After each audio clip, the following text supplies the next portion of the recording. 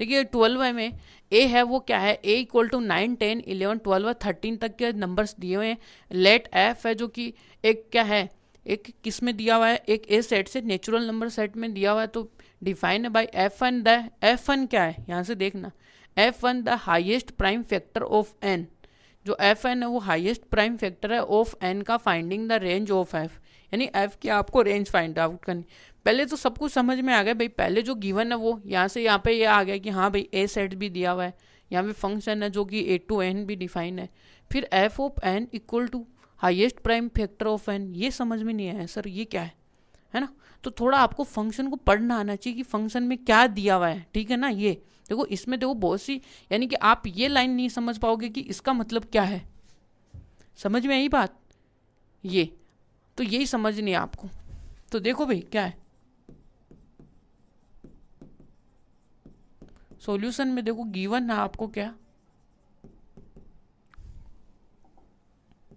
भाई, ए आपको ए गिवन है, तो यहाँ पे लिखोगे 9 10 11 12 13, ये आपका ए सेट है, ठीक है। इसके बाद में आपको एक फंक्शन भी डिफाइन है भाई, क्या है फंक्शन, ए टू एन है, जहाँ पे देखो एक का है कि एफ ऑफ एन किसके इक्वल है, देखिएगा कि एफ ऑफ एन है वो क्या है कि the highest prime factor N, यानी कि हाईएस्ट प्राइम फैक्टर होगा वो किसका होगा, एन का होगा।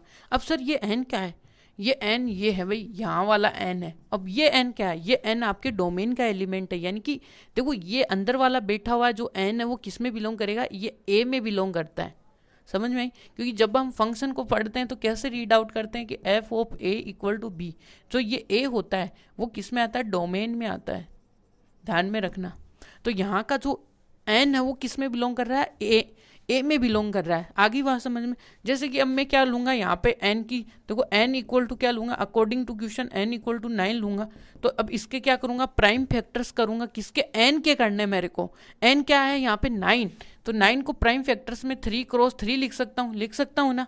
तो यहाँ से अब देखो एक कौन सी है आपके यहाँ पे आया आपका 10, 10 को क्या लिख सकता हूँ, 10 को इंटू 5 इंटू 2 लिख सकता हूँ, यही तो इसके प्राइम फैक्टर्स हैं भाई। क्या बोला कि जो अंदर जो एन है वही तो है, ये एन बैठा हुआ है, और बोला क्या एन के क्या करो आप प्राइम फैक्टर्स करो। एन कहाँ से बिलोंग कर रहा है, वो आपके ए सेट में से बिलोंग कर रहा है जो कि डोमेन का एलिमेंट है, ठीक है। अभी अब इसी के अंदर देखो क्या है आपका, क्या है 11 है, 11 तो खुद ही एक प्राइम नंबर है, तो इसका क्या ही फैक्टर करोगे, 11 का 11 ही रहेगा। और इसी में देखिएगा कि कौन सा आपका 12, 12 में क्या आएगा, 12 को लिखोगे आप क्या प्राइम में, कैसे लिखोगे भाई, 2 इंटू 3 यहाँ से। और ये इसको कैसे लिखोगे भाई, 13 को कैसे लिखोगे, तो 13 के लिए देखो आपके लिए क्या आएगा, यहाँ पे 13 है, 13 को 13 ही लिखेंगे बस ये। तो यहाँ से देखो एफ एन है वो क्या होगा, किसके ऊपर मैप होगा, इसके हाईएस्ट प्राइम फैक्टर, तो इसमें यहाँ पे इसका कितना प्राइम फैक्टर है, 3, 3 इज हाईएस्ट प्राइम फैक्टर, ठीक है। ये अब इसी में देखो इसका कितना है, यहाँ पे 5 है, सेम टू सेम। और यहाँ पे देखोगे तो यहाँ पे तो 11 है ही है, वैसे का वैसा ही है 11 यहाँ से। और यहाँ पे देखो ये कि 12, 12 में देखो भाई, 12 में कौन है भाई, 3 है highest common factor of prime factor. इसी में देखो ये 13 में कौन सा है भाई, 13 में खुद 13 है, ये आया। अब इसका रेंज, अब रेंज कैसे देखोगे भाई, यहाँ पे देखो अकॉर्डिंग टू, पहले में थोड़ा डायग्राम तो बनाना ही पड़ेगा हमें, क्योंकि डायग्राम के बिना आपको कहानियाँ समझ में नहीं आती है, ये और ये, ठीक है। अब यहाँ पे आपको फंक्शन डिफाइन था भाई, ए डोमेन है, और अंदर देखो इधर कितना नेचुरल नंबर है आपका, 1 2 3 4 5 6 7 8, ठीक है। और कितने तक, 13 तक जाना गया, 9 10, और ये थोड़ा बड़ा करना पड़ेगा अपने को,